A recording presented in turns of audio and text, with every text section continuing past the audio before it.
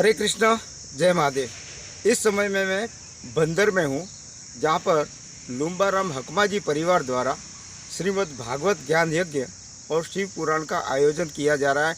मैं यहाँ देख रहा हूँ कि बड़ी मात्रा में प्रतिदिन मातृ शक्ति यहाँ पर पधार रही है और मेरे भी जीवन का ये पहला अवसर है कि श्रीमद् भागवत कथा और शिव पुराण ये दोनों साथ साथ चल रहे हैं और एक ही व्यासपीठ पर अलग अलग समय में दो आचार्य बैठ रहे हैं। अर्थात बंदर में भगवान विष्णु और महादेव अर्थात हरि और हर का संगम यहाँ पर हो रहा है। बड़ी मात्रा में यहाँ पर लोग इस भागवत ज्ञान यज्ञ को सुनने के लिए आ रहे हैं। मैं मातृ गौरव के लिए व्यास कुमार।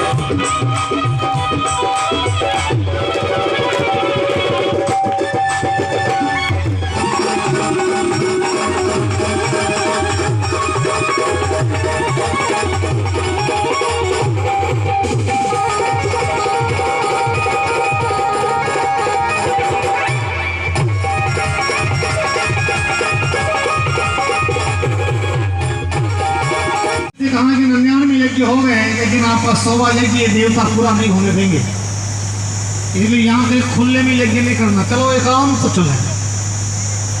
तो कहते हैं कि नर्मदा नदी की गुफा में चले गए। नर्मदा की ओंकारेश्वर से नर्मदा चलती ना, बहती है अमरकंटक।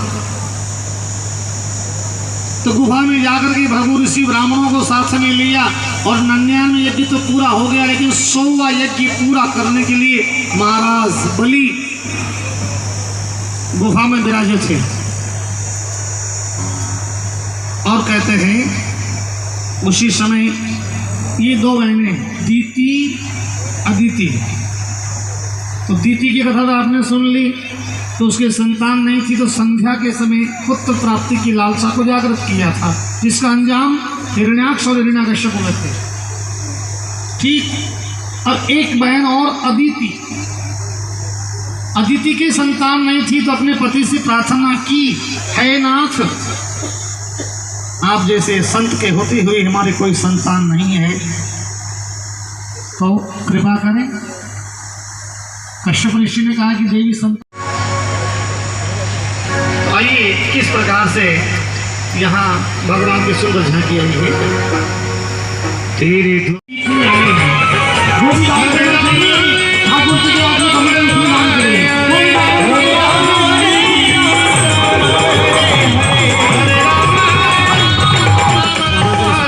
छोटा ब्राह्मण कमंडल लेके मानने नहीं आता, और मानने वाला कभी वचन नहीं लेता।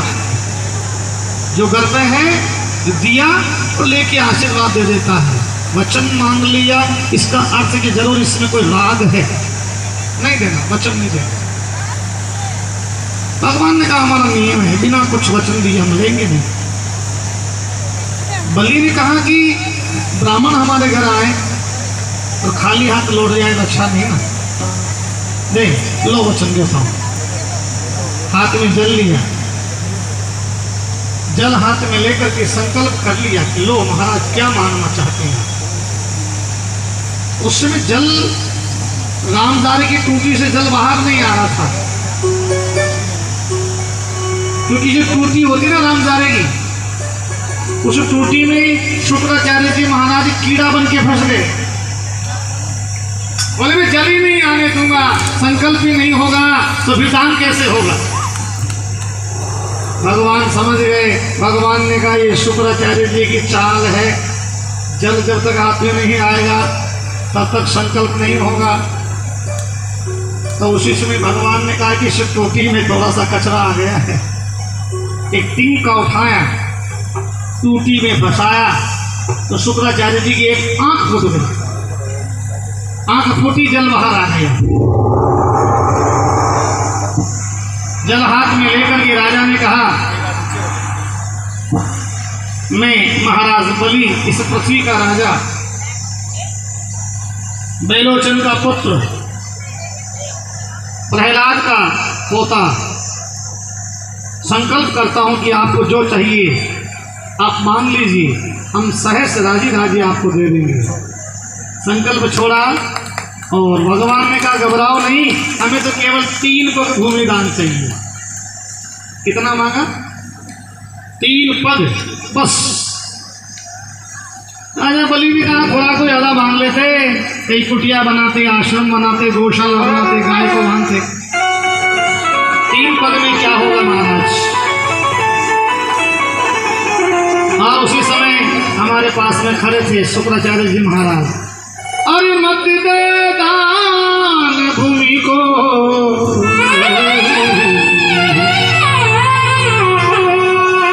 अरे मत दे दान भूमि को, हे राजा बलि मत दे दान भूमि को, राजा बलि मत दे नहीं से ले लो। और भगवान ने राजा को आशीर्वाद देते हुए अपना कार्य पूर्ण करने के लिए अपना पैर बढ़ाया। तो कहते हैं पृथ्वी नापी एक पग में, पृथ्वी नापी एक पग में, और दूजे में आकाश, तीजा पग कहाँ धरे, राजा भयो दास। भगवान ने अपना चरण इतना बड़ा किया, इतना बड़ा किया कि भगवान ने पूरी पृथ्वी माता को एक ही पग में नाप लिया। पृथ्वी नापी एक पग में, दूसरी में आकाश, दूसरे में चरण उठाया भगवान ने, आकाश के छेद हो गया अंगूठे से। एक पग धरती माता पे और दूसरा ऊपर ब्रह्मलोक के छेद हो गया। भगवान के चरणों से खून की धारा बही। ब्रह्मा जी ने कहा ब्रह्मलोक में और रक्त की धारा। ध्यान लगा के देखा, एक पग पृथ्वी पे, दूसरा ब्रह्मलोक में। इतना बड़ा पैर मेरे ठाकुर जी के सिवा किसी दूसरे का नहीं हो सकता।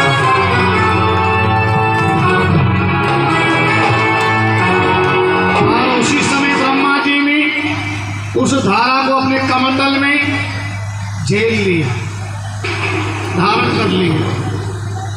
रक्त की धारा को कमंडल में धारण कर लिया। कहते हैं कि यही भगवान के चरणों से निकली धारा तो आगे जाके गंगा जल के नाम से प्रसिद्ध हुई, जो पितरों का कल्याण करने के लिए धरती पर आई थी।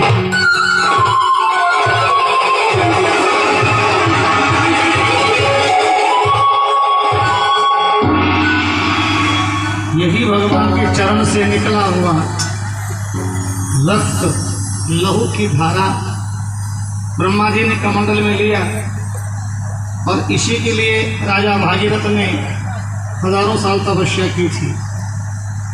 अपने पूर्वजों के कल्याण के लिए। उसके पूर्वज तो 60,000 थे। राजा भागीरथ के कितने पूर्वज थे? 60,000।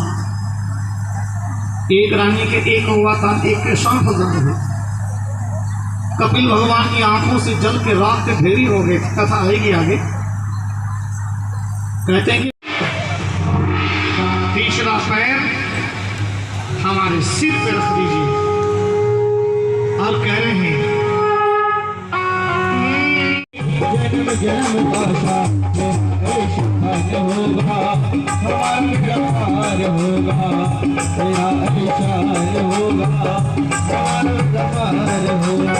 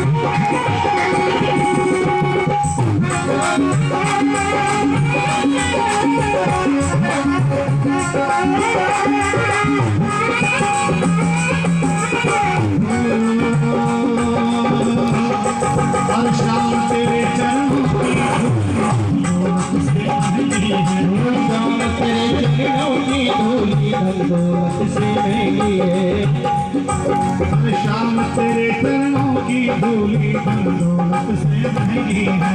शाम तेरे चरणों की धूली धन दौलत से महंगी है। एक नजर कृपा की कर दो ना इज्जत से महंगी है। एक नजर कृपा की कर दो ना इज्जत से महंगी है। हर दिल की तमन्ना है यही, दिल की तमन्ना है यही, करो सेवा करो हो